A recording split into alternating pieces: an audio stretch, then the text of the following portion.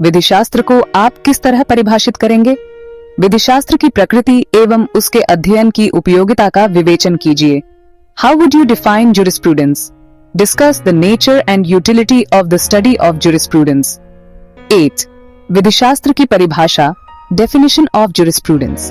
अर्थ, meaning.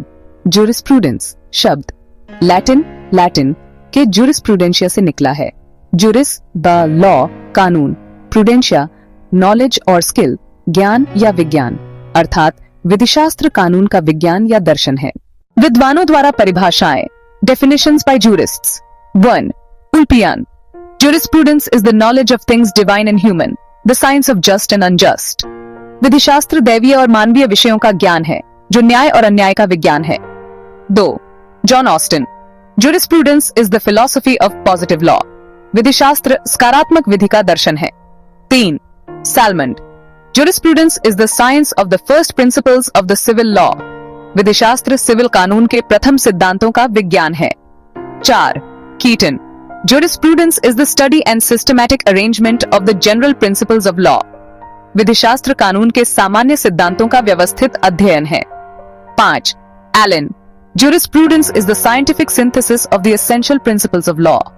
विधिशास्त्र कानून के आवश्यक सिद्धांतों का वैज्ञानिक संश्लेषण है। निष्कर्ष, कंक्लूजन ऑन डेफिनेशन।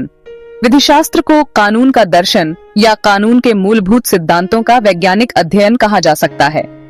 2. विधिशास्त्र की प्रकृति, नेचर ऑफ jurisprudence. विधिशास्त्र की प्रकृति विद्वानों के मतानुसार भिन्न भिन्न है।